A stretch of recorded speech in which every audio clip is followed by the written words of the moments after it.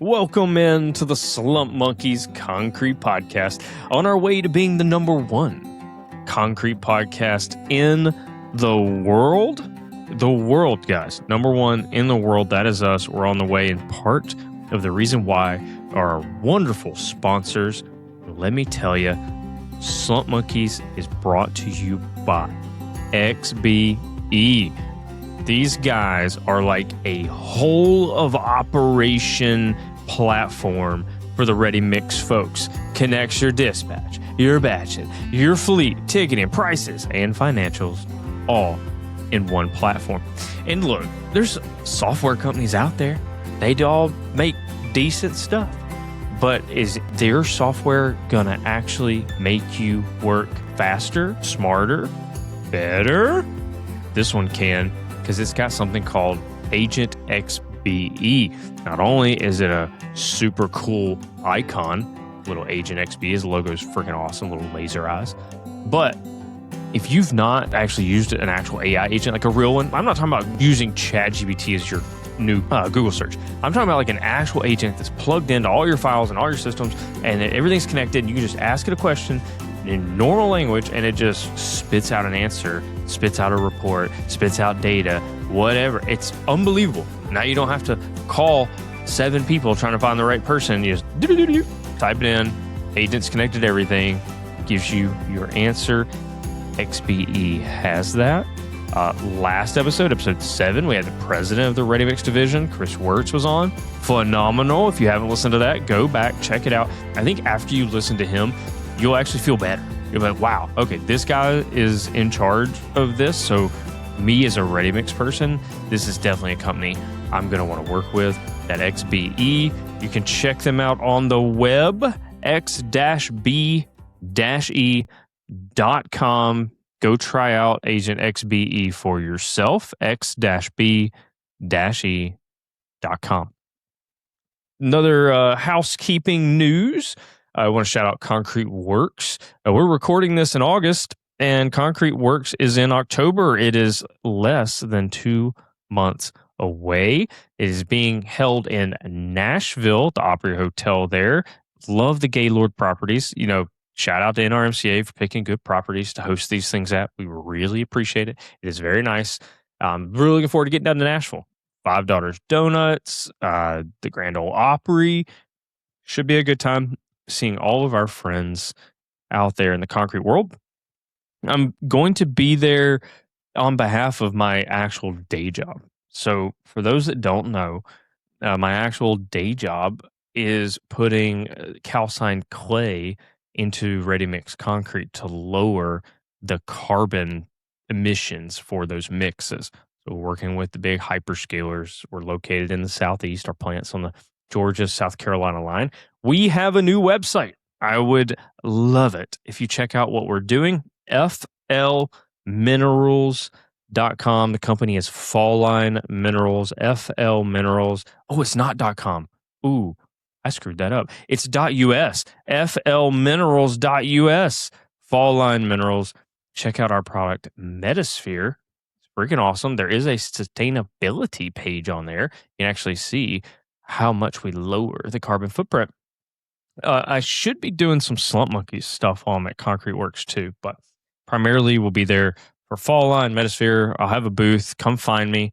We'll talk all things concrete, all things podcast. You may hear some papers in the background. We got a lot to get into for this show. Some interesting information, and then we're going to have a fantastic guest. So Victor Breding is on today. He is talking legacy in a concrete world, and what do you leave behind, not only for yourself, but for your family. It is a wonderful conversation. Before we get to that, though, I want to dive into an article that caught my attention from our friends over at Construction Dive, arguably the best aggregator of news information in the construction world. Construction Dive is got an article where they're quoting Anirban Basu. Anirban is fantastic. If you don't know him, get to know him. He gives the most incredible talks on economics, but, you know, he can be a little hyperbolic sometimes. Sometimes I think he can be a little negative. And Honorbon, I love you. I really do. You were on our previous podcast, and you were, I mean, if anything, he should have told us to go away because we screwed up the first recording. We had to do it a second time. And he wasn't mad. He was totally cool. Came back a second time. We redid it. He really is wonderful. He comes up to a lot of the Mid Atlantic states and gives talks at the different concrete associations. If you've ever seen one of his hour-long talks, they are absolutely hilarious. They're packed with information. But his blog articles, his Substack, sometimes leans a little negative. Here's the title: Construction Backlog Plummeted to Lowest Level Since January. Oh my gosh. I mean, if you're paying attention at all, you know that construction is oftentimes uh, it's oftentimes a leading indicator on the economic health of our country. But so if I told you that the backlog plummeted, then we'd all start freaking out a little bit, or go, "Oh no, that is not good." Um, but how much did it really change?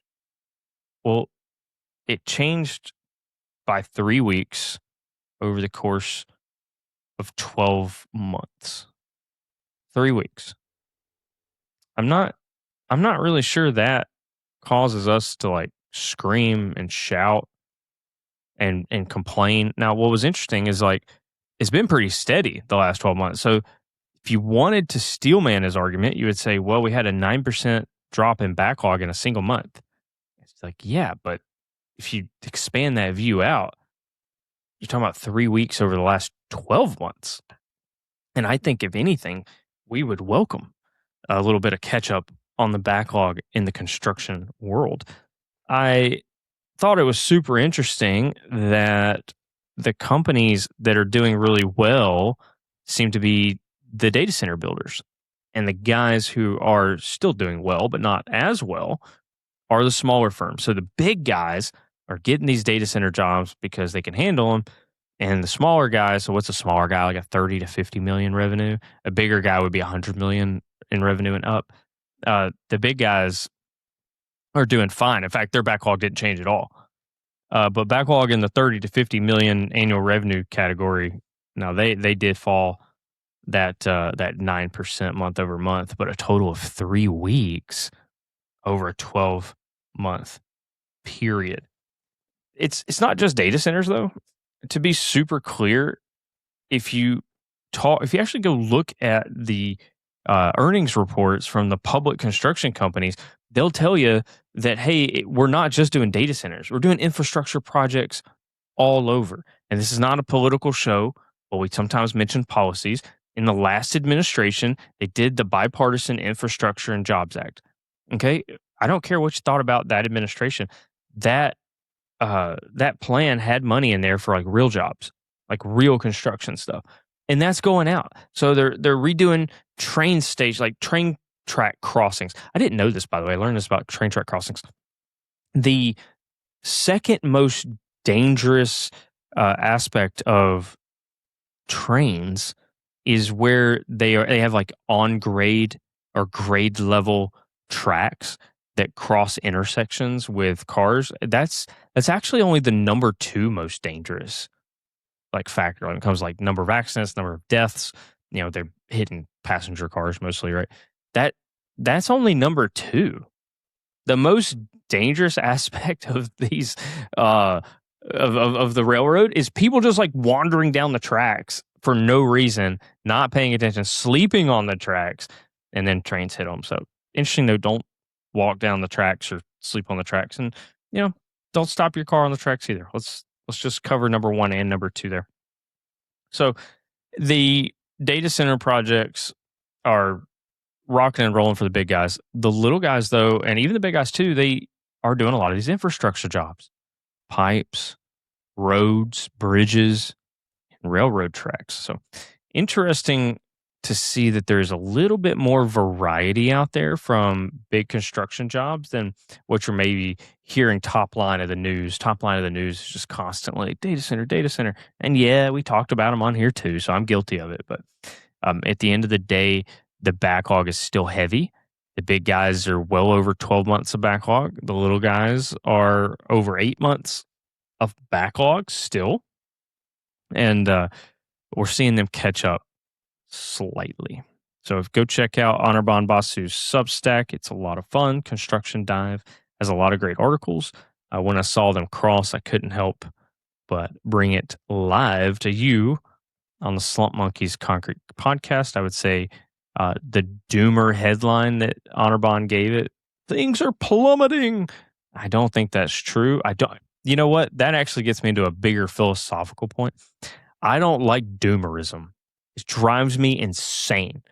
The amount of people that are just doom and gloom. The market's going to crash. The population's inverted. The blah, blah. Get out of here. We are not doomers on here. We are zoomers. We are going forward. We're positive thinkers. All right. Thank you for letting me get that off my chest. Construction Dive. Check it out. That leads me into our next sponsor of the show, Manny Tejano over at Rocket Start. Heard me talk about him. He was a guest, episode number 5. You could also listen to that podcast if you want. Very good. He brought on some friends. A great talk. Manny is literally one of the best humans I know in the space. I encourage you to go visit him at gorocketstart.com. He is a culture builder, culture warrior, and he's going to help you get the culture right in your business. If you are an HR person, I'll be honest, I don't think any HR people listen to this except for maybe like one person. I think we have one HR person that listens. But hey, if that's you, you should go call Manny Tejano and he will hook you up. GoRocketStart.com.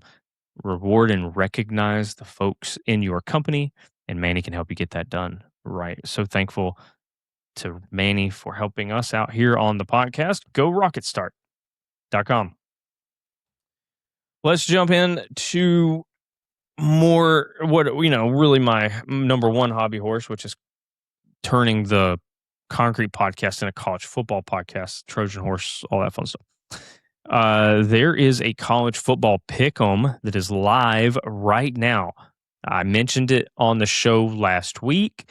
If you go to ESPN, go to the college football pick'em, go to the groups and search Slump Monkeys. You may have to create an account. It's free. Joining into our pool is also free. There's already 20 people. I looked at it this morning. There are 20 people as of the day of this recording that are already in. Guys, listen. Join. It's going to be fun. Part of the community, and there will be prizes. Pretty sure we got a sponsor for it. We got a meeting tomorrow about it. We'll see how things shake out. Sponsor with prizes. You're going to want to be locked in. Please go have fun with us on the college football pick'em. If we do a trophy along with the prize, what do you guys think the trophy should be? Like, I originally thought like maybe we do like a Wanamaker style, pass it around, but maybe I don't know, maybe that, because if we do it every year, that'd be a lot of fun to have all the names inscribed every year. Don't know if that's the best move though. Maybe we just do like a one time, like you want it this year, and what would that look like? Send me some ideas. I'll take all the ideas. My creative juices only run so far, especially on a day like today. And, I don't want you guys to always to hear and think like, oh man, Paul sounds down today because he must not feel well, which is what I am right now. I don't feel 100%. But this is my flu game, the Jordan flu game. Gotta bring it. The show must go on, and we're gonna go out and score 45 points on them. Speaking of college football, preseason rankings are out, and there's people who love the preseason rankings. There's people that don't like preseason rankings. They think they're worthless. They think, in fact, it actually makes the college football season worse because, if the guy you were playing against was ranked highly in week 1, but it turns out like 6 weeks later, he's not even ranked because their team is terrible, which kind of got credit for those wins early on. And I see arguments on both sides, but we're here because it's fun. This podcast is about fun, and I like having fun with the preseason rankings. I went and did a little bit of research. How many teams last year do you think started the year ranked, but then ended the season not ranked? That number would be 12. 12 of the 25 teams that started the season ranked ended up not ranked. And you might say, well, Paul, is that, teams 18 through 25 that were, just sort of thrown in the back? Did they just fall out? No. Well, some of them, yes. But no, it's evenly dispersed throughout. So 6 of the top 13 fell out and 6 of the bottom 12 fell out. 48% of the teams that started the year ranked last year finished the year not ranked.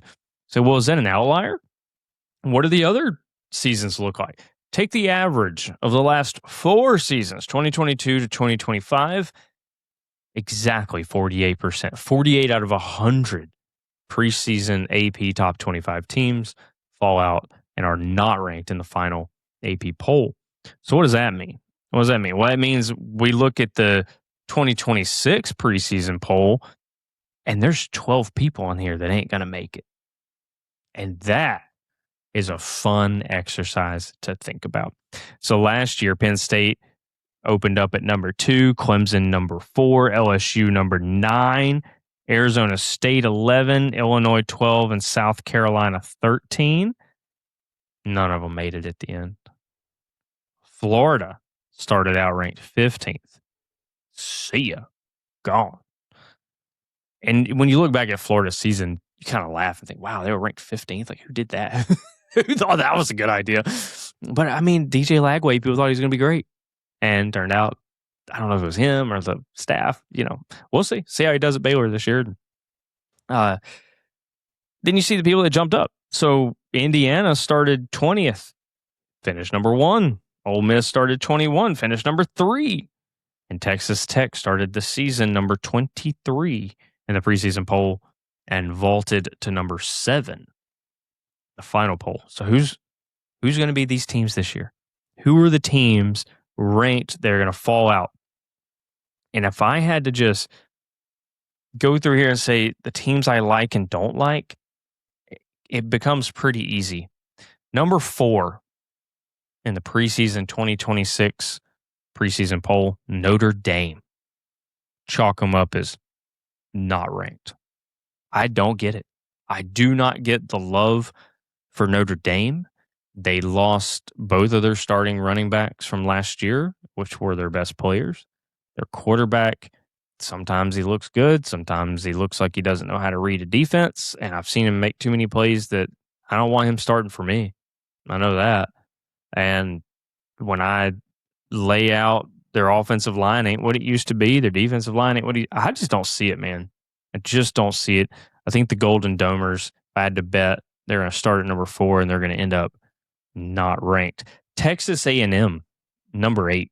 There's not a world that you tell me my starting quarterback is Marcel Reed and I'm going into the season thinking, yep, this is going to be a great year. Not a chance. Unranked. Let me keep going down this list. Texas Tech at number 12 is interesting. I'm not sure how good they actually are, but they're playing in a conference that's not that good either. So at the end of the day, they're going to win a lot of games. So let's put a little asterisk by Texas Tech and say, we'll see. And they got the benefit of winning an easy flipping schedule. Number 13, Alabama.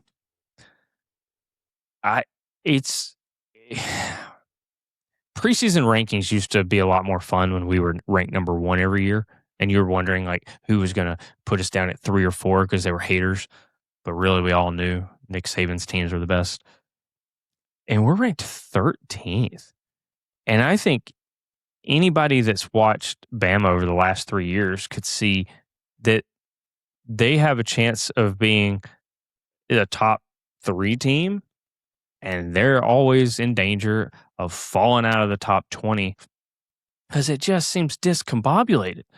Now, we don't know who the starting quarterback is. What's the old saying? If you have 2 quarterbacks, you have none. I don't know how true that is. I think the coaching staff's in a weird situation where they asked Austin Mack to follow them from Washington, and he waited his turn. He's been in the system for like 4 years. The guy's a freak of nature, and they're saying like, yeah, it's your season, man. It's your turn. But right behind him is a 5-star superstar, Keelan Russell. And I think if you watch the two side by side, you say Keelan's the better player. But are you going to be loyal to Mac instead? And what does that do to the team dynamics when the team knows who the better player is, but the better player's not playing because favoritism? Whew, I don't know. I don't know. That makes me nervous. But when I watch the scrimmages, it looks like our receivers can finally catch the ball again, so that's good. Now, keep going. Teams that are currently ranked but could easily find themselves unranked. Penn State at 18, get them out of here. 19, SMU, get them out of here. 20, Tennessee. I don't think it would be Tennessee's fault. Have you seen Tennessee's schedule? I think Tennessee has the talent. I think their coaches are fine. I think their schedule is insane. And if they went 7-5, I don't know how mad you are. I think they literally are going through a murderer's row this year. So Tennessee, I think football for me is better when they're better because Bama and Tennessee is a fun game. But I mean, if they fall out, so be it. Houston and Missouri. Houston's at 23, Missouri's at 25. They could easily get out of here. And Louisville's at 24. Now, that's one of the teams. Talk about teams that are moving up. Let's be positive for a second. Louisville's at 24. But, I mean, are they the second best team in the ACC? Probably. Do they have a chance to go through their schedule and push their way up through these rankings? I do think so. Number 14 is Southern California. What do you do with Southern Cal? Does anybody really know if they're any good or not? Are we just looking at that helmet thinking they are, looking at their coach thinking they should be? But will they live up to the hype? They've got a decently difficult schedule, but some of those teams come to them in Los Angeles. So if they can turn it around, they could be another mover and shaker. But that's your stat of the day. 48% of the teams in the preseason ranking will no longer be in the preseason ranking. So we got to keep a watch out for that. But you know who is someone that did stick around? It's our next sponsor, Command Alkon. They've been here for 50 years as a software company. Think about that. A software company in 1976. Like, how many were there? It couldn't have been that many, right? And then to stay in your same vertical and the same service, the same industry for 50 years, how many of those are left? The answer is 4, by the way. They're the only one in construction.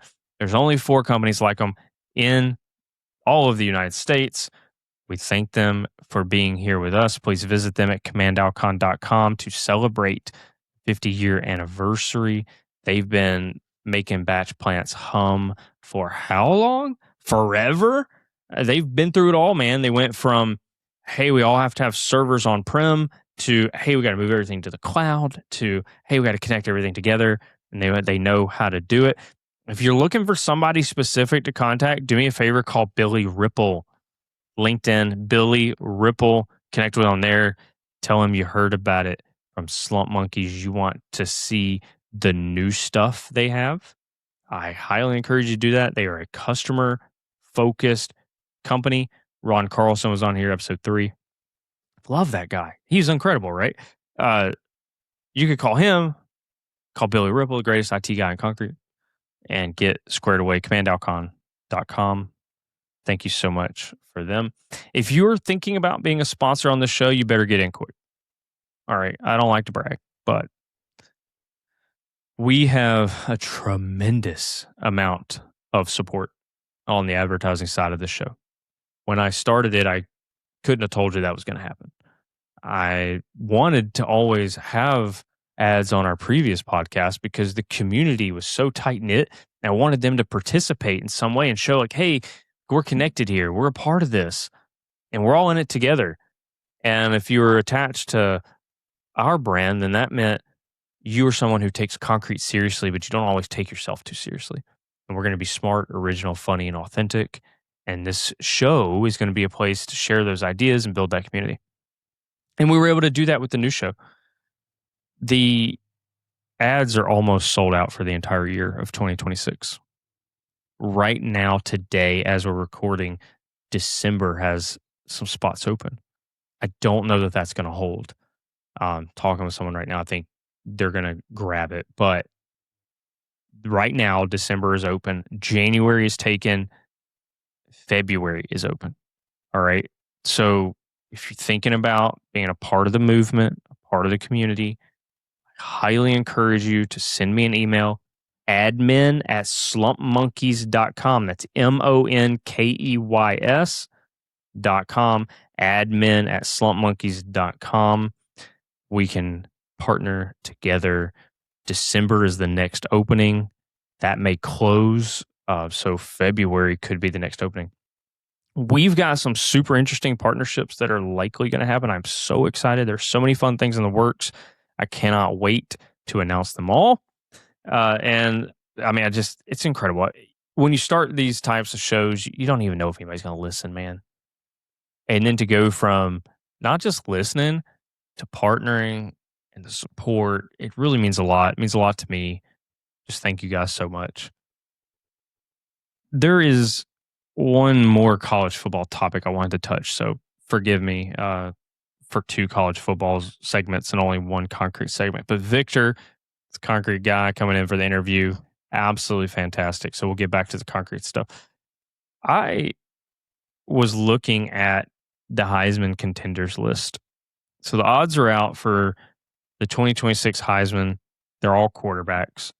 1, 2, 3, 4, 5. Top 6 are quarterbacks. Number 7, you have to go number 7 on the list to get to the first non-QB, and that would be Jeremiah Smith, wide receiver at Ohio State. I think we'd all agree he might be the best player in college football right now, but when it comes to Heisman, they pretty much always give it to a quarterback. Number 1 on the list, number 1 and 2, they're tied actually, CJ Carr and Arch Manning. Bro, I don't know who, maybe somebody poisoned my CJ Carr Kool-Aid. As I mentioned earlier, I don't even know if they'll finish the season ranked. I just don't get it. The Notre Dame stuff just doesn't make any sense to me. And I was a Notre Dame fan growing up. I was raised Catholic, and I liked Notre Dame. I just don't see it 2026. And then Arch Manning, fine. Wasn't great at the beginning of last year. He figured it out. Trinidad Chambliss, Ole Miss, going to be a great college quarterback. Dante Moore, Julian Sayin, and Darian Mensah from Miami, transfer from Duke. So that's kind of the order there, top Heisman contenders. And I started thinking about it. I was like, when we were growing up, so I turned 40 next year. To give you just to sort of to peg where my college football fandom, sprouted from. So the early 90s. I don't remember the Miami teams of the late 80s. I only saw highlights. The early 90s, the Florida State was just crazy. The Nebraska teams of the mid 90s, crazy. Peyton Manning was the greatest signal caller I ever saw. I hate to admit that, given he played at Tennessee.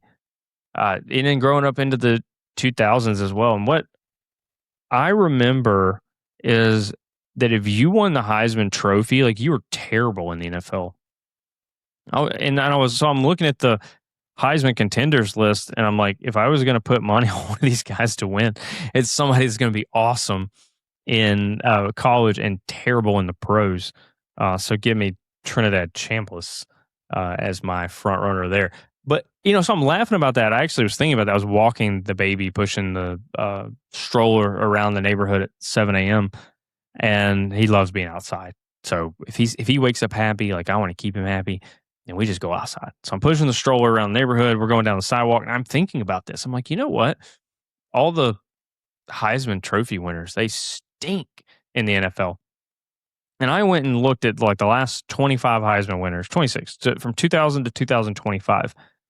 And you look at the list, and from 2000 to 2014, that statement of if you win the Heisman, you're terrible in the pros, that holds true like 90% of the time.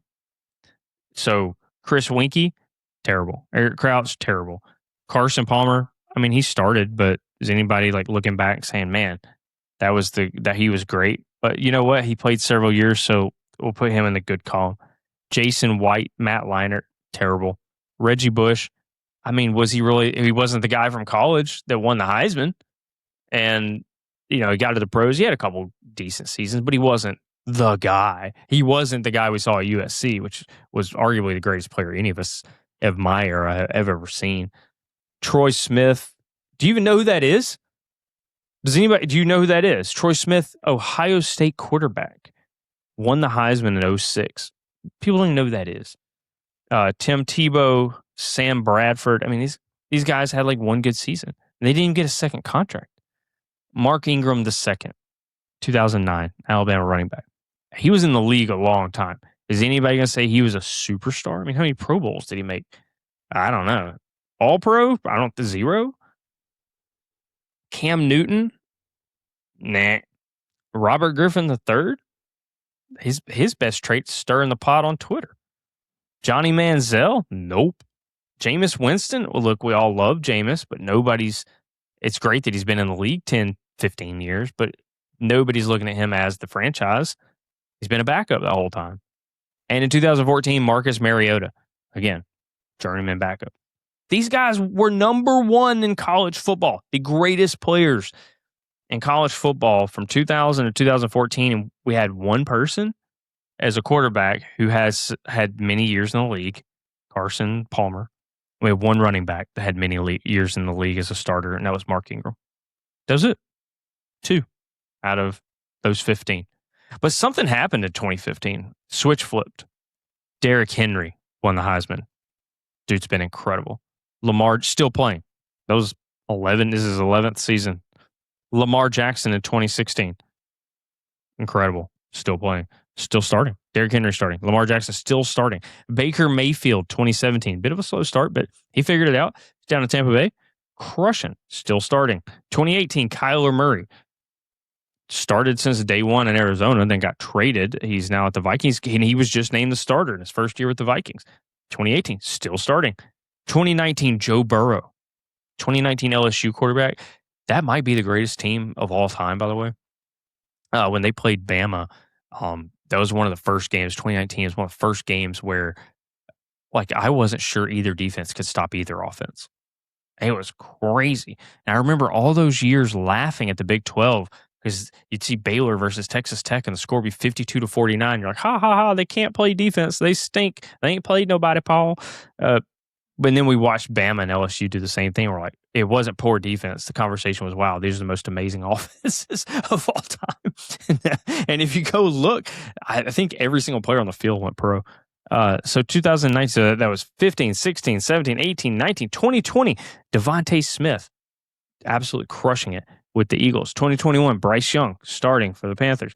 Caleb Williams, 2022. Jaden Daniels, 2023. Travis Hunter, 2024. And Fernando Mendoza, 2025. We'll see how his rookie season pans out. But that's crazy.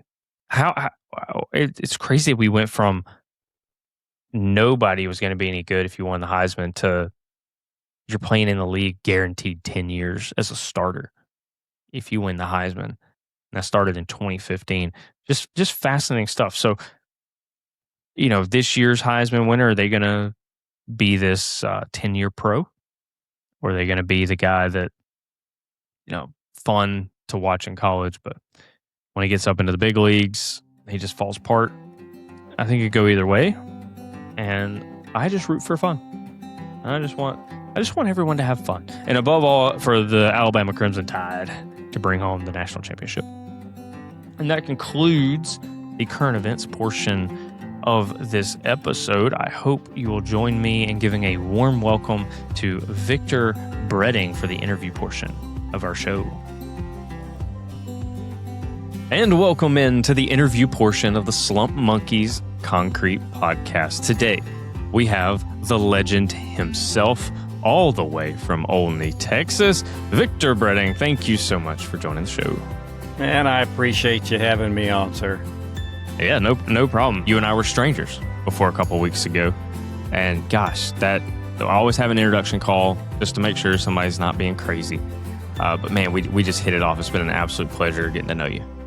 Well, I appreciate it. The surprise connection for me, was back in Middle Tennessee State. Realizing that, I've been a part of that program, at least far as recruiting like 25 years ago, and to realize you were a grad and alumni, man, that's kind of excited. And that was great. So I entered the program in 2006. So it only been started for a decade. It only been 6 years since you had your first graduates. Got out in 2010. It was the greatest decision, probably the greatest decision I've ever made in my life, was not just joining the program, but then taking advantage of everything that it offered while I was there. No, it is a great program. Heather Brown and just was such a wonderful person, as being director of the program. And, the biggest problem I had back then was just keeping my recruits here. They might be in Texas 3 to 4 years, but then go back home. So that was where I was all excited when Texas State, started their own program, because then I had local people that, would stay. So it's been a great legacy, for the CIM program. We had the same issue in Tennessee. So a lot of the kids that went to the Middle Tennessee State program were from the area, from Middle Tennessee or West Tennessee, and then they would come and then they didn't want to leave. Like they wanted to graduate and they wanted to go work for a local contractor. Local contractors were full.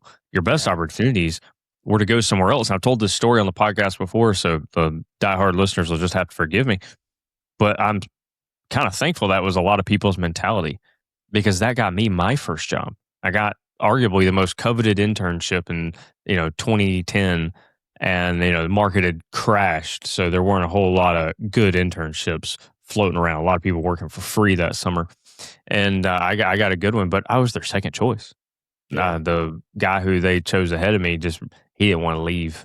Didn't want to leave his family, and I was like, Kansas City, Missouri sounds fun to me. It's a new experience. Let's go, bro. That's right. It's like, you're paying? Yeah. Wonderful. Yeah, I'm on. That's it. And while I was there, worked my tail off and did my best. And when a position came open that summer, they offered it to me as an intern. And, Bob's your uncle. Here we are. No, it's great. I was one of 2 or 3 that helped recruit the first 8 students into the CIM program there at Texas State, and ended up hiring 2 or 3 of them, through time. It's a great thing, because that, having somebody that understands concrete coming out of school is important, right? I used to tell every single graduate, that I hired, I'm going to have to teach you 95% of what you don't know. Yeah, you got a great background on understanding how to write and all this other stuff, but I have to teach you concrete. So y'all coming out of that program already having 20 to 25% behind you, to me, that was just a solid positive. Huge leg up. Again, I think you kind of get out of it what you put into it. So for me, I did a lot of mixed design work there in the lab, and so when I came out, I didn't realize coming out how much I knew from an academic standpoint that other people didn't know. Because when you get immersed in it, you realize, like, oh my gosh, I don't know anything.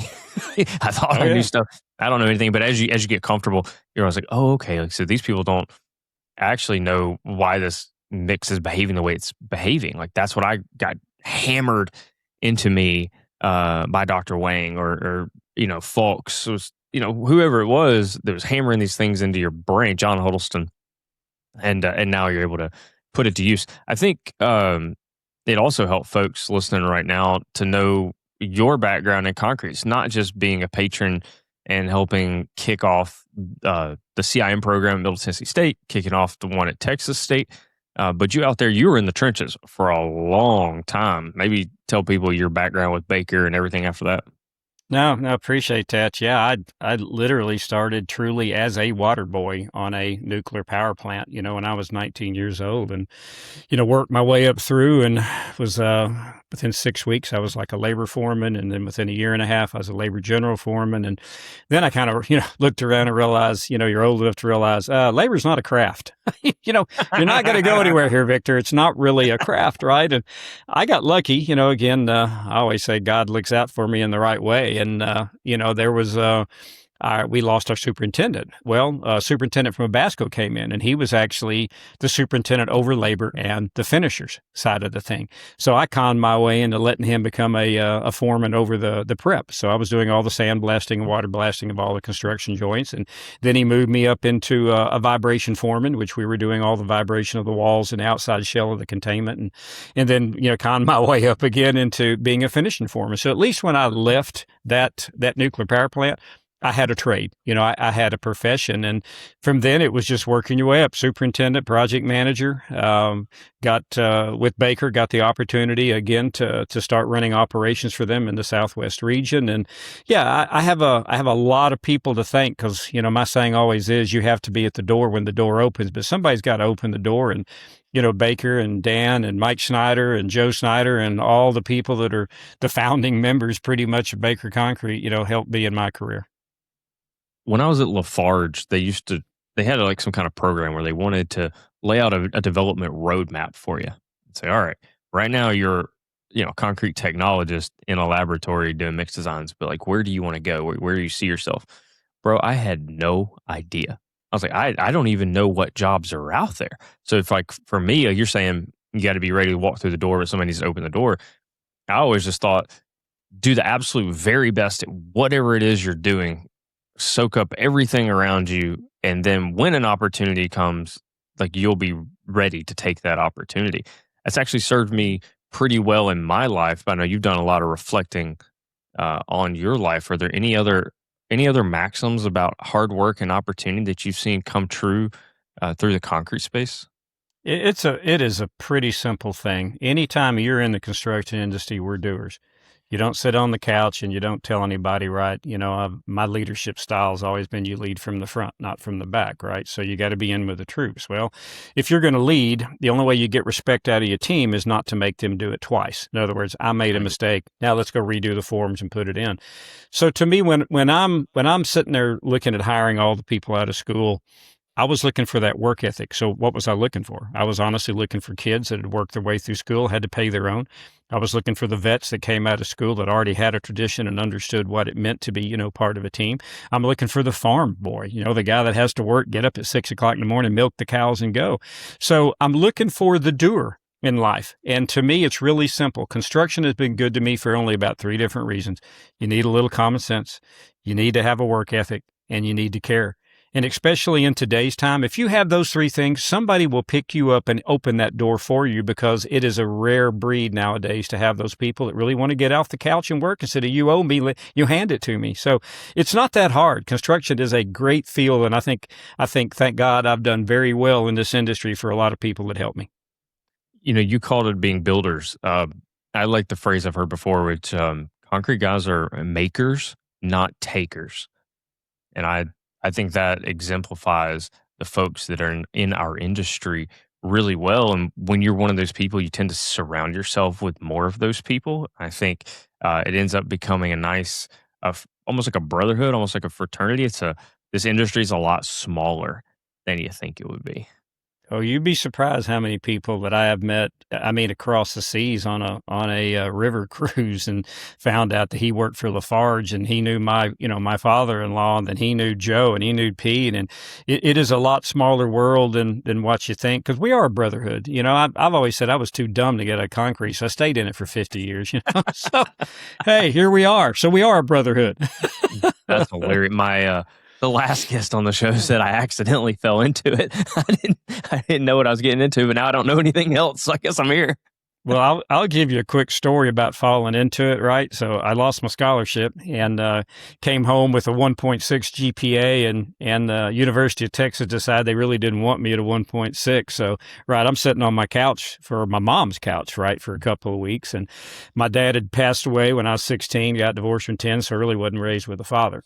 So mom comes in, and I see her wheeling my, my briefcase down the, I'm not briefcase, sorry, my luggage down the hall. I'm going, oh, okay. So then she comes back and said, hey, can I have your car keys? Well, mom maybe needs some gas or something, right? Well, 20 minutes later, she comes back and said, can I meet you outside? I said, yes, ma'am. Well, she handed me my car keys, handed me $20 and tell me where you land.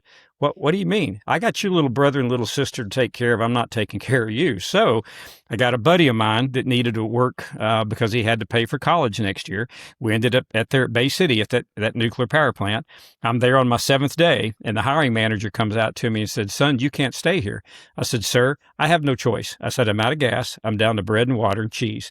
And I said, "The only way you're going to get rid of me is to hire me." So come Monday morning, he hired me, looked me in the eye, and he said, "Son, if you ever disappoint me, you're not going to like the outcome." So there is Victor's construction career starting. Oh my gosh. Falling into it. You broke down into it. Oh, I broke. Yeah, I wasn't going anywhere. I mean, I had to walk to get to where I was going to go. So, you know.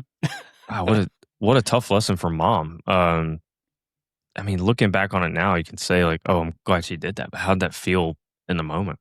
In the moment, you're lost. I mean, let's face it, you know, but again, I told you I was not raised with a dad. So I watched my mom work 60, 70 hours a week to take care of our family. And she never cried. She never whined, you know, so that's where my tenacity came from. That's where my ambition, that's where my drive came from, was watching my mom, because she never gave up and she never let in there was a problem. You know, we're from Texas, right? So cowboy up, you know, you get bucked off the horse, dust your pants off, boy, and get back up. So that's, to me, is the tenacity it just takes to be in our business. Because you know what? We're going to make a mistake. You stay in this business because you didn't make it twice. Nobody ever said you're not going to make a mistake, because I've made millions for people that have probably hired me and employed me. The only lessons I learned are the ones I learned the hard way. My nose should be really sideways as many times as I've hit it against the wall, but hey, that's another story. Oh man. You know, I grew up, my parents also divorced when I was 10 years old. I may have been 11. It was around that age. I was in 5th grade, and you know, my parents said, "Hey, we're splitting up. Dad's gonna go live somewhere else." And you know, I actually had one of the greatest fathers during childhood. Like going from, you know, age 0 to to 10 or even 13. I'm not sure anybody had a better father than I did. And I mean that seriously. Alcoholism got him though. It really, really messed his mind up. So like my parents split. It was I was thankful. I was like, oh, thank God! All the fighting at 5:30 in the morning. Yeah. Finally over. Thank the Lord. You know, and they were That's like, tough. "Really? That's your reaction to this news?" I was like, "Yeah." Like I have things to do in my life, and this was me saying this at like 11 years old, so I'm sure I sounded ridiculous, but I was just so thankful. But yeah, my dad worked in construction, and he'd come home. We were in Alabama, and he'd come home. It was 104 degrees outside all day. He'd worked his tail off. The minute he walks in the door, drops his tool belt on the ground, he was outside throwing the ball with me. And he wasn't a baseball player, but he knew that was all I cared about. And we'd do it every single day after work. Never any excuses. Just, yep, love you, son. Let's go. You know, a lot of pride. And then it was single mom after that. So I feel you, man. I watched I watched my mom work really, really hard. She ended up going to sales, and she was a pretty good salesperson. So she was able to make a living, at least enough to keep a roof over our head. And yeah, we didn't have a lot more than that, but you know, we got by with a lot of love in the house. Well, you know, my mom was that way. You know, I remember she managed the Kentucky Fried Chicken for all of her life, you know. So I could tell you right now that whenever I left home, I didn't eat chicken again until I was 32. So there you go. Yeah. Oh man, that's so funny. So I still can't eat instant ramen There to you go. this day. Yep. And I can't, and that was not my mom's fault. That was my fault. That was that was freshman year of college when I didn't understand the value of a meal plan. And I thought, wow, I have $350. Like, this is great. Like, I every day I'm just in the cafeteria, just getting lunch, not thinking anything about it. I'm not going crazy. I'm not buying other people's food. I'm just eating breakfast, lunch, and dinner, just eating normal stuff. That lasted 4 weeks. $350 lasted 4 weeks. Well, I had another 4 months to go and no money. So I literally ate instant ramen every meal for months, and I can't even look at it now. Yeah, you understand that bread, water, and cheese thing. Yeah. Oh man. Well, if we're swapping horror stories, I got one more for you. All right. When I left Lafarge in 2012 and was hired into a company called Active Minerals, where I spent the last 14 years, they moved me down to Georgia. They said, "Yep, come on down here. We'll pay you just it was like I got like a 10% raise over what I was making at Lafarge, which wasn't really all that much, but I was happy for the new opportunity, happy to get down south. They paid to move everything, but I didn't know anything about anything. So I got my townhouse in place. I was renting a townhouse in a defunct neighborhood. So like they built a majority of the houses, but then the economy crashed. So the development never finished. There's no clubhouse. The parking lot's an absolute mess. But I mean, the townhouses that were finished were nice, and they were renting them for dirt cheap, which is what I did. So I got into this townhouse, and I was like, great. And I called the delivery people, and I said, when are my stuff coming? I'm here. They said, yeah, we'll see you in like 4 to 6 weeks. And I said, no, Mayflower, I'm here. I need my things. Like, no, we'll see you in 4 to 6 weeks. And I didn't realize then, I was a young guy, I didn't really realize a lot of things. And I had spent every dollar I had. I had to turn on the electricity and the water, get the internet set up, the deposit on the townhouse, the rent, first month's rent on the townhouse. Yep. I was down to nothing. I had like $60 in the bank, and I bought a $20 air mattress, a $2 pillow, and bread and like ketchup and mustard. I was eating ketchup and mustard sandwiches. You're worse than me. Until I got, well, no, I had a townhouse. I had a place to sleep. You know, I had the back seat of a car. It was okay. I had people who believed in me. My mom didn't kick me out of the house. So no, I don't think I'm any worse. But yeah, man, I feel you on like the bread and cheese thing, man. Yeah. That was a rough like month while I waited on paychecks to roll. Because your first paycheck doesn't roll in for like almost a month. I'm like, mine was a couple of weeks, and I remember that the first thing I did is go get a damn steak. Oh, it was the best steak I ever had in my entire life. Probably was the worst steak I ever had, but it is the best steak I ever had in my life. Oh my gosh, I bet it was so good. Oh yeah. What did I do? Oh my gosh, that's a good question. I don't think I did anything. I think I got a better pillow. Yeah, $2 pillow. You might as well used that little air thing that you go in the pool for, or a little noodle underneath your neck. Yeah, probably. Yeah, it was a little Walmart special, man. You just had to get in, get out, get on with life. Oh, hey, you made it. That's what counts, man. Perseverance, right? Perseverance. There you go. Yeah, but I wonder, I think a lot of people have those stories. At least I think they do. I don't know. I assume everyone else has those stories of like when you're getting started. And that's one of the things about like the world today when people want to complain like they don't have a lot. And I'm like, yeah, no, I don't think any of us did starting out. No, and you work for it. You work for it. And you work really hard and you just do your absolute best. And I mean, I don't know how many years I went to work, went home, exercised, went to sleep. Went to work, went home, exercised, went to sleep. For a long time. There were no vacations. I didn't. No. What are you talking about? I didn't have anything. Well, think about concrete pours, right? I'm up at midnight or 2 o'clock in the morning to get a pour, right? And then you leave there at 2 or 3 o'clock in the afternoon. And at that point in time, we were doing our own saw cutting. So then I would stay there till 7 or 8 o'clock at night doing the saw cutting on the slab and repeat. So yeah, it's about, again, what you have to do to get to where you're at, right? I have a theory, right? And I tell this to all the young men about the pyramid and the upside down pyramid, right? It's a pyramid, the very bottom, everybody's there. Right at the top, there's one person, right? There's whoever it is, it's at the top, whether it's God or whoever, there's one person at the top. Now turn that pyramid upside down. I want to climb this ladder. I want more money. Okay. Well, guess what? Down on the bottom basically is no responsibility. Up at the top is all the responsibility in the world. So if you don't understand, you're not going to climb the ladder until you take on more responsibility, then you got something to learn. So those are things like you're talking about in life that people got to understand. You have to earn this, and earn this means you have to learn what you did and add more to it. And as long as you keep doing well when you add more to it, there are a whole lot of people are going to take care of you. That's really interesting.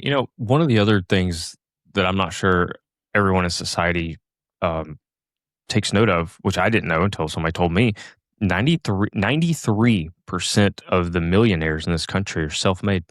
Absolutely. Only 7% inherited $1 million. Silver spoon fed. That's exactly correct. It's only 7%. I thought that was really interesting. And that's 7% of a subset of people that can claim that they're millionaires. So there are a lot of people like Victor Breding who came from a background that maybe wouldn't be everybody's first choice. Got shown a little bit of tough love, got out there and hustled and made it work. Now you get to play on your ranch. You gotta, yeah. People who are watching this video clip can see that logo. Tell us a little about the ranch.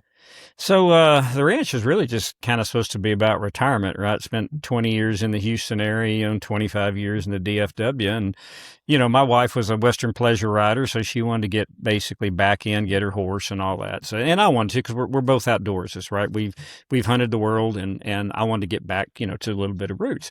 Well, I ran across two gentlemen that changed the life of the ranch. And that was a man named Gordon Melton. He's the founder of Hunting with Soldiers.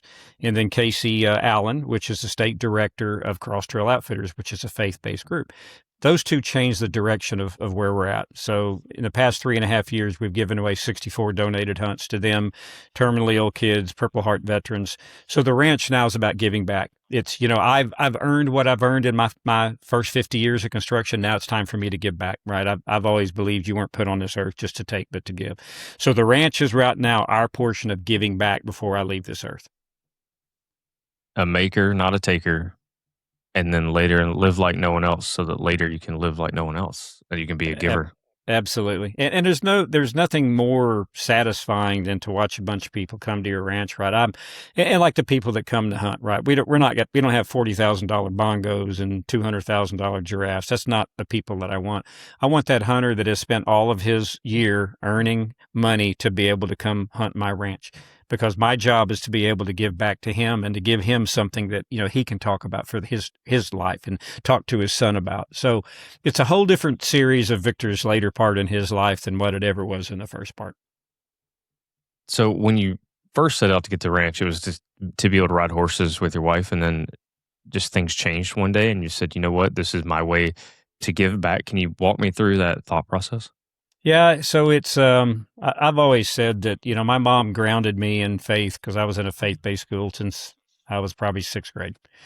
And then she put me in sports. Again, not having that dad, she wanted to have the team environment and understand that, you're responsible to the guy next to you. And when the boss says do something, do it, right? Mm. So she grounded me in those two principles, right? Well, as you go through life, you go left, you go right, you go back first. So I get to that point in my life where you wake up one day, and all of a sudden I did. I woke up one day and went, okay, it took me 64 years, but I understand the path that God put me on. This was a path I've been going for 64 years to get to this point in time, to be able to understand now my mission in my life before I leave is to be able to help other people. The book I wrote is part of that as well, right? Everybody talks about the 22 to 23 veterans that commit suicide. Nobody talks about the 50 construction workers that commit suicide a day. So to me, I've started to try to reach out on a bigger calling. If I can say something that somebody can hear and maybe help them and deter them from maybe doing something they should never do, or help them maybe in their career, then that's the last half of my journey, is to try to be able to help. You wouldn't believe the amount of times in the last 2 months that mental health awareness has popped up on this podcast. Something I never gave two thoughts to in the construction world. Back on episode 4 of the show, we had Joey Bell come on. And Joey Bell is an avid turkey hunter.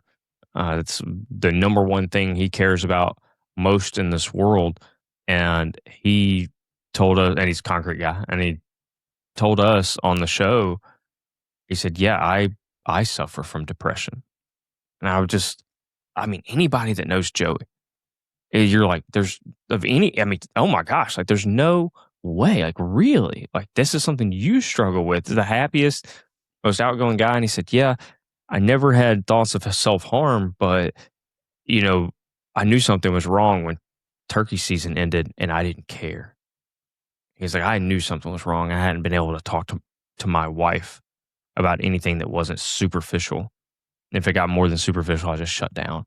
Mm-hmm. He's like, I never took anything out on my kids, and I never took anything out on her. He was like, just something wasn't right.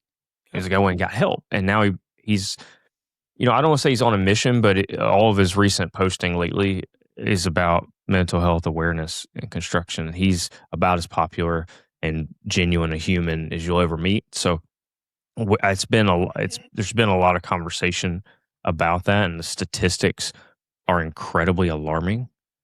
Construction is the number 2 industry. Yep. For suicides in the workplace, and number 1 is mining. I, Yep. it's pretty darn close to construction. So Yep. Right there. it's right there with us. And number one for overdoses, Yeah. by the way. So, man, I'm gonna have to get you guys linked up, you and Joey, because I think there's a lot of synergies there with the hunting, the concrete, and being on a mission to help people with mental health. What other things are you doing right now today to address these and bring awareness or bring assistance or help to folks? Well, part of it is just you letting me, on this podcast, just have a conversation with it, right? I think I'll end up, by the time this month is done, probably have about 40 podcasts. And I always try to mention something about, mental health at that point in time, and here's the thing, right? It's a really simple thing that us as men always, I don't know, maybe it's the way we're taught. Let's just talk about the way I was brought up. Right? Think about yourself, right? So you're riding that bicycle and you fall off and you scrape your knee. What's the first thing somebody normally says to you? Hey, suck it up, buttercup, get back up, don't stop crying, keep going. You're kind of built this into you at a very, very early age as a man, right? You're going to take care of your family. Some of us think we got to be the biggest and the baddest in a bar fight, but it's this mentality we have. So I've developed the other part of this. When we talked about the triangle and the upside down, I've got 10s and 1s. God gave you 10, right? Cherish them, right? My 10 was I can take all the stress in the world. I can take the hill, but you better get out of my way. Well, that made me a 1. I don't have any feelings. I don't have any empathy. So I've got failed marriages for the same thing, that I used to say, at least I used to think I could point at somebody else and go, it's your fault.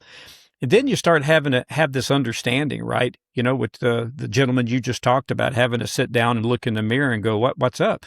Well, I had to look in the mirror, right? I had to go, why do I have failed marriages? Then you realize I had no heart to give. I remember my daughter telling me one time, she goes, Dad, say that again. What, baby, what are you talking about? Dad, you said I feel. You never say I feel. You say I think. So you have to, number one, admit there's something wrong, right? How do you get help if there's drug or alcohol problems? You have to admit I have a problem. I had to admit I had a problem. Then you try to solve that problem. Then I realized that, oh, shoot, I don't have a heart to give. So then you try to bring your 1s up to a 2 and then maybe up to a 3 and up to a 4. I tried to change my 10 to a 5, thinking that's what I was meant to be on this earth, a balanced individual. The only job I've ever lost money on is when I changed my 10 to a 5 and went, well, this sucks. We ain't ever doing this again. So that's kind of what I would say to men, right? Any man that's listening, to be a well-rounded man, you need to have feelings. How can you tell your family you love them and care for them or have empathy, right, for them if you don't have the feelings? So I think that's part of our problem in where we're going to, and thinking that there's no end in sight, is a well-rounded man does feel. I mean, I'll admit it, and I never would admit it before. You cut my neck off, I wasn't going to cry.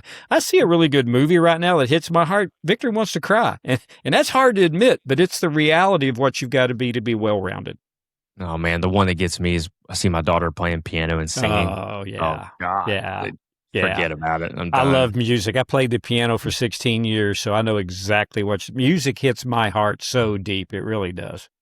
That's crazy how that works. But I want to go back to something you said about wanting people that care about the business, and sometimes in concrete, we might even care too much. I know a lot of guys that are putting in 60+ hour weeks, not because there's anybody cracking that whip on them, telling them they have to work 60 hours. They care about the job getting done correctly. What's the old joke about concrete? Like, it's okay if you mess it up. It's just permanent. So, 10,000 compared to $1. Oh yeah, that's a repair cost. Right. So yeah, you're not 3D printing the repair parts. No. So it's like people care. They care a lot. And when you put that much effort and energy into work and caring about your craft, what do you have left over for family? I think, we talked about my dad, and even though the alcohol got his brain, it scrambled his brain and eventually killed him. One of the things that he showed me was, like, you just leave work at work. I never heard one story about old Willie not showing up that day because he was high on whatever. I never heard one story about Big Al being drunk on the job site and he had to send him home. Never heard one story of complaining or anything. when things were going well, things were not going well. I never knew any of it. I knew that when my dad got home, it's time to play ball. And that's what I do with my daughter. And I just had a son. He's 5 months old. So as he starts to get older, we'll do the same thing with him. Just as soon as work is done, we shut it off and we focus on you. I did it last night. Last night daughter said, "Hey, when you're done with work, can we go play football?" She's really into flag football right now. Oh, cool. And I said, "Yeah, let's go," because the season starts in a couple of weeks. Supposed to get warmed up. I said, "Yeah, let's go." I got a phone call at 5:30 from one of the owners of the company. And he said, "What are you doing?" I said, "Well, I'm taking my daughter to play football." So that phone call lasted 5 minutes when it probably could have lasted an hour. But I know what my dad showed me was leave it at work, the good, the bad, the ugly, and focus on your kid and give them that attention because it's going to go by. You're going to lose it. That time's going to be gone eventually. I have something that I've learned to, same thing, teach all the people I'm trying to mentor. And we talked about the balance, right? Me trying to take my 10 and make it a 5. There is no balance in this world. I mean, there's really not, right? But when work starts pulling you away from family, then you have to pull the family back up. It's a teeter-totter, right? Because there's never going to be this perfect balance that I'm spending just enough time at work and I'm spending just enough time at my family, because you never will. So one of the things, I tell them all the time, you as the husband, you as the father, you as the mentor will do the sacrificing. In other words, if my son has a baseball game at 4:00 that afternoon, and I know I got work in front of me, I might be in the office at 3, because at 3:00 I'm leaving. I'm going to go see my daughter's game. And that's the thing that I just try to touch them. You have to understand when one is getting out of balance, because we did 300 buildings up at Fort Drum, up in upstate New York. Okay. When I was with Baker, that I was running that project.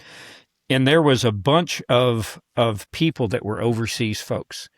And I listened to all those old superintendents, and because each one of them had another wife. And it was usually from the city that they were at or the country they're into. And they told me, they said, "Victor, work will consume you because we care, right? We really do care. So it will consume you. Do not let your family get out of balance." And let's face it, what do we do too in construction? Where's the next biggest job, right? It's not next door. So you're going to Seattle and you're gone for 22 days out of 28, right? So it is hard to understand that, but we have to understand that the family is all you're ever going to have. That's what's going to stand beside you. Yeah, your job supports them, but whenever you retire, you still got family.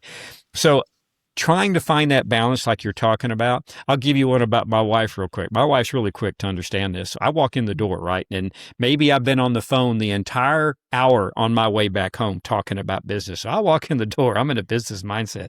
She'll look at me, see the look on my face, tell me, walk back out, flick the switch. Don't come back in till you can be, my husband. So I need that reminder every now and then because you get involved. But I understand, and I'm going to tell you that you have found what you need to do, and that is don't forget about your family, Paul. Don't forget about them. Yeah. I mean, nobody's perfect, right? I mean, if anybody gets the shaft, it's probably my wife, Yeah. Mine will tell me she does. And I'm not just saying that because she might be listening. She is funny. She never even listened to the old show we had, never cared. This one came out. She said, "You have sponsors for this show?" I said, "Yeah, the community loves each other. We're a nice community. Like everybody gets to help out." She's like, No, like real money. People sent you real money to sponsor." I was like, "Yes, like we have a great community. I am worth it. I really am." And, and she goes, "Maybe I ought to listen to it." Like, what are you doing? Great idea. Yeah, thank you, babe. Great idea. Yeah. No, but then she goes, "Hey, that was actually pretty good." I was like, "Oh, thanks. Appreciate it." There's your kudos. She doesn't hand out compliments very easily. So if she said something was good, then she really does mean it. And it's tough though, because like I said, I get off work and the child's here, so I can when I walk in the door, boom, we're having a good time. But my wife might not come home till 7:30. Yeah, 8:00, putting the baby to bed immediately, basically, and then do all the chores that need to get done. And then by the time we're done with all that, it's 9:30, and you just want to go to sleep. Time to go to bed. Doesn't really leave a lot of time for Yeah. conversation and hanging out. I think most of our conversations now are over the sink while we wash bottles. Well, hey, don't forget date night a week. I think that's a big one. That'll spend some time, get some quality time with your wife. Yeah, we'll have to figure that out. Yes, Um, sir. so you've done a lot of shows. I'm not sure people realize how plugged into the outdoor world you're at. What are some of the big name programs that you're linked up with these days if people want to check out some of your hunting stuff? So we've been on the Sportsman Channel and the Pursuit Channel, both. The Pursuit Channel was with Decision Point Outdoors with Chappie. He's got a unique story of itself, chaplain from the Army for 20 years. Then over on the Sportsman Channel, we're associated with Trekking Outdoors. Chris Queen's the host. He's been doing it for 6 years. So a little bit of announcement. Chris and I just partnered up where I'm going to be a co-host and he's a co-host on Trekking Outdoors in the BTEX Ranch.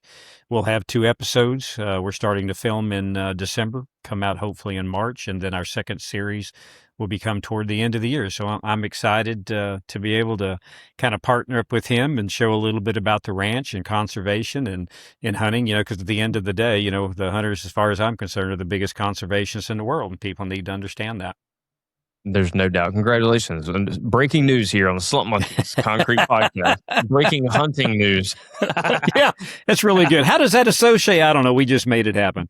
No, well, well, anybody that listens to this show knows that this whole program is just a Trojan horse for me to be able to talk college football because I'm not well known enough for a college football show, so we have to just sort of sneak it in. We're going to work our way up, okay?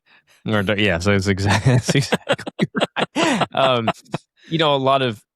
A lot of your other appearances, and there are a lot. If you ever check out Victor's website, you'll see just a ton of programs that he's been on. And a lot of those shows talked about your upbringing, talked about your faith. But one of the things that I wanted to make sure we touched on here is the idea of leaving a legacy. We've had a lot of guests on the programs, and I'm not sure we've had anyone who spent some time to go through the word legacy. What does that mean? How do you think about it? And how important is that for you now at this age? Do you want people to be thinking about it earlier in their life? So I want to really just get all your thoughts. I'm going to try to be quiet here for a minute. The audience knows that's basically impossible, but I'd love you just to go on about legacy. No, love to tell you that I thought about it early on, but like you said, it's just providing for a family at that point in time. And, it's that fork goes in your mouth and you're trying to figure out where that next food comes from. But so going on in the later portion of life again, kind of realizing about the giving portion. And I've always had a saying, right? My saying always was that, my name's not going to be on a stadium or it's not going to be on a hospital, right? I'm not going to make it. And that's fine. That's not really my intent of my saying. My saying was that my name's going to be on a tombstone and that means something to me. So my name meant something, right? So then let's go back to, things people might not know. I'm an 8th generation Texan. I was part of the original 300 settlers. My family was that Stephen F. Austin gave land grants to when we were a republic before we ever became a state. So my roots go pretty deep, right? And when I lost my mom about 4 years ago, she might have told me who Uncle Charlie was when I was 4. It doesn't mean I remember who he is now. And so I started thinking about what does legacy really mean, right? Everybody talks about, I want to have a son because I want to continue my name. That's not legacy to me. Yeah, I'm an 8th generation Texan. That's not legacy to me. To me, it's what we're doing at the ranch, right? I tell my boys, I've got a couple of twins that are really involved in the ranch. One of them is in med school at Texas Tech right now. One's in the Air Force. And I tell them both because they help a lot on the ranch. I said, if you don't understand what the word legacy means, and let me explain this to you.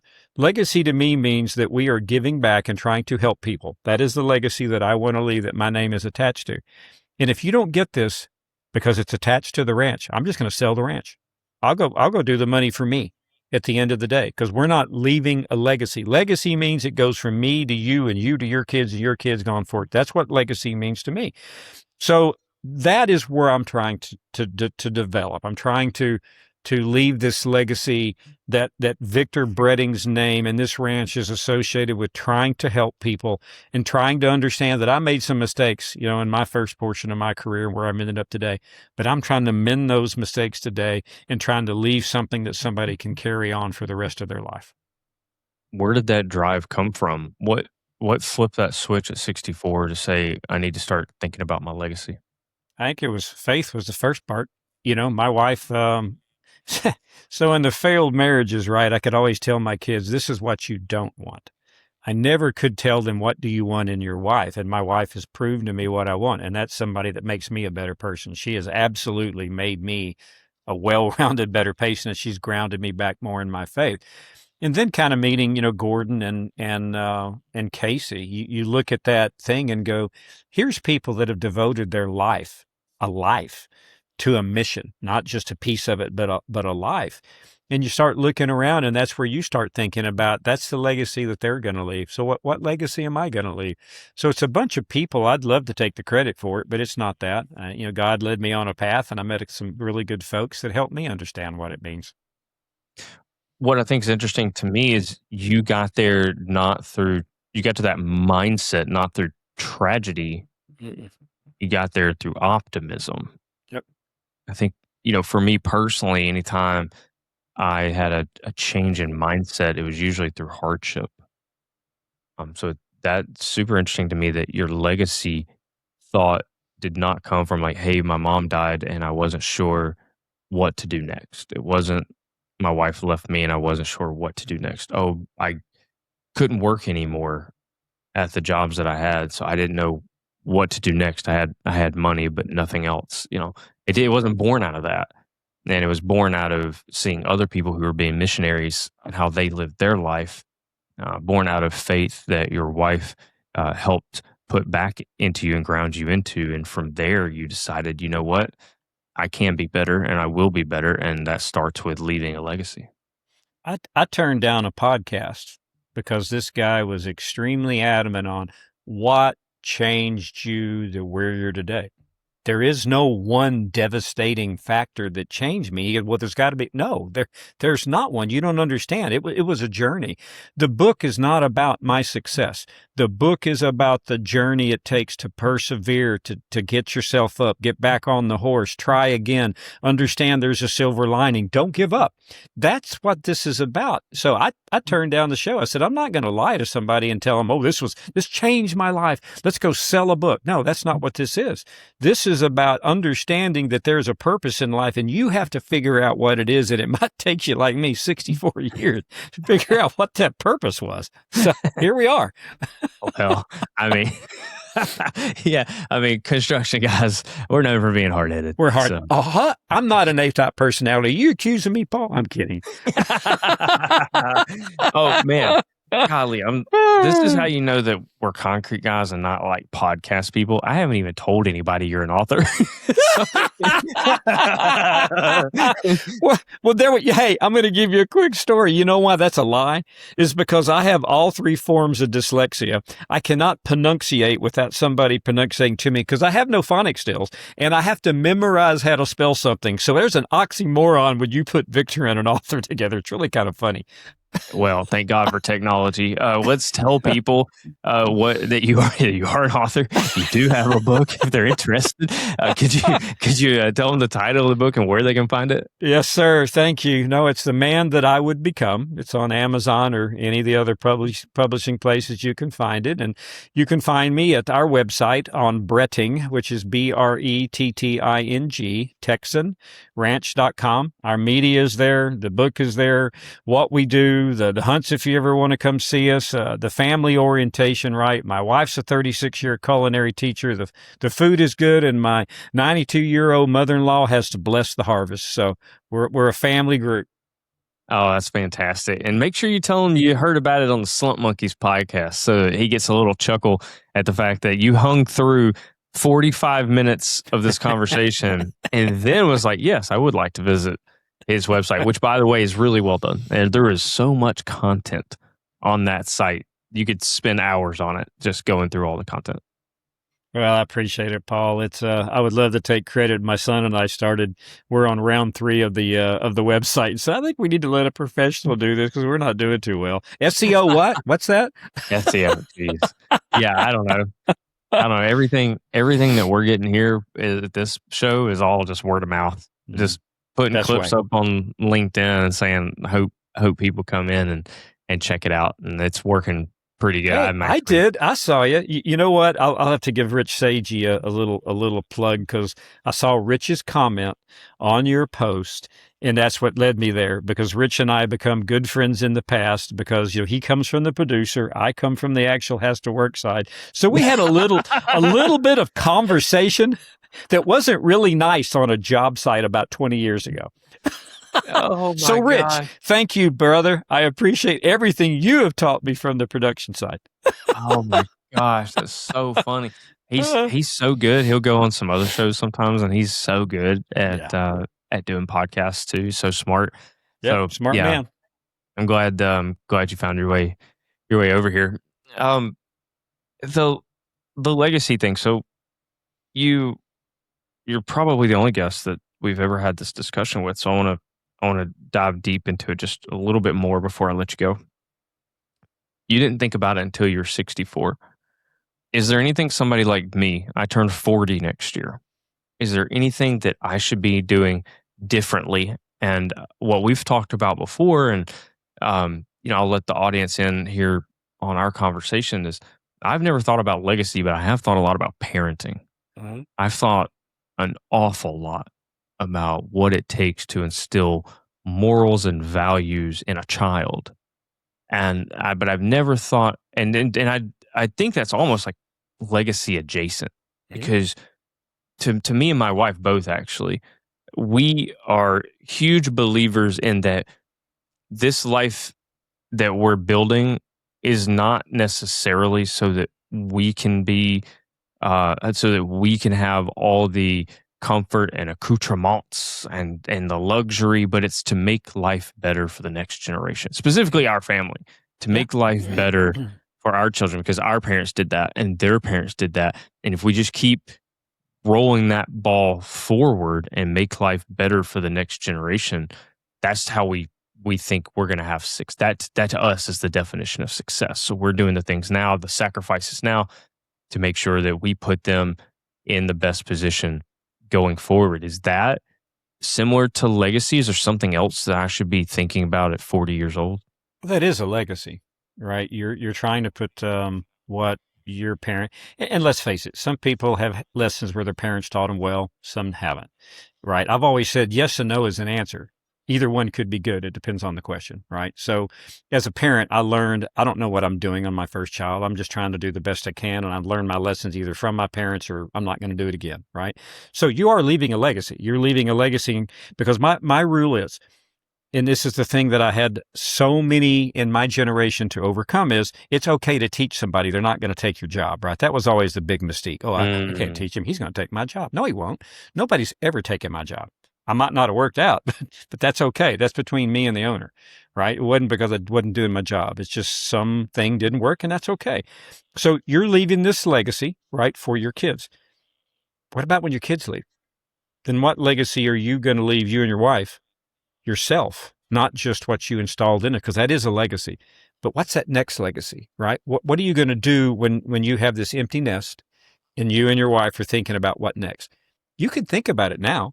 And I know it's hard to do that because you're concentrating on your kids. So's your money, right? It's going to a certain place. I'm concentrating on changing diapers at 1 o'clock in the morning, Victor. I think I remember those days. Let me think. 50. Yeah, I remember. Well, if my wife's listening to this, I should correct that statement. She's changing diapers at 1 in the morning. I wasn't going to correct you, Paul, but I was going to ask you a question. Okay, well. Paul, are you changing the diapers? Well, I was. We have like the greatest deal ever. And when I'm not traveling for work and I'm home, then we have oh my gosh, it's the greatest deal. She said, if you'll watch all the baby stuff, the toys, the stuff he's chewing on, the bottles, the stuff that, for pumping milk, all that, you take care of all that, because it's got to be washed, sanitized. You have to do like 3 different loads because it's just so much stuff. So if you'll handle that, I'll change all the diapers in the night. And I mean, brother, we've been doing that for the last month or so. Mm-hmm. That's been great for me. Now for her, I think I probably need to jump in there and help. She's probably so Paul, right. What is your wife's name? Her name is Silviana. Silviana. Correct. For Paul, I'm going to thank you for being so nice to him. Hey, us men got to stick together. We have to support each other. Okay. Oh man, that's great. Yeah. Well, I hope she actually does listen to this episode. Victor, we're running up against it, man. Is there any last words for the audience before we get you out of here? There is nothing in your life that is so hard that you can't overcome to leave this world, because all you do is you leave a bunch of people behind that have sorrow for the rest of their life. There's always somebody to reach out to. And men, let me tell you this. If some man opens up to you, you need to listen. He's only going to do it one time. And if you shut him down, he's probably done. So we can help each other by opening up our ears, right? God gave you 2 ears and 1 mouth. Let's try to use it. Let's use it the way we're supposed to. Well said. It hits close to home. We lost somebody last week, a fraternity brother of mine. You'd have thought he had everything in the world. Good career, likable guy, wife and 2 kids. Turned out, unbeknownst to everyone, he was having trouble in his marriage and trouble putting the bottle down. And I guess just couldn't take it anymore. And now he's no longer here with us, and those kids are going to grow up without a father. Yes, sir. And, he worked for a concrete contractor. He's just another statistic now. And Yep. I actually wasn't sure that would ever happen to anybody I knew. You read the statistics and they're awful. You don't really think about it being like right there next to you, but he was a good dude. I still can't believe like it got to that point. Like this, that's crazy. So many people I could have reached. Paul, reached it's always a mask. It's always a mask. You'll never know unless you're close enough to him and encourage people to open up. That's kind of why I'm saying, man, you gotta be able to listen. And it's little bitty things, right? I mean, there might be one word he says, just one word, and pick on that word with him. Wait. What do you mean? Maybe. You're maybe okay. Look, can we talk about it? You have to be able to be open him up and help him open up. If you're listening to this right now and that feeling could be you, please don't become another statistic. Please reach out. There are people that would love to help. Victor clearly is one of those people. Through his website, you can find him on LinkedIn, Victor Bretting, Bretting. You can find Joey Bell, Joeybell.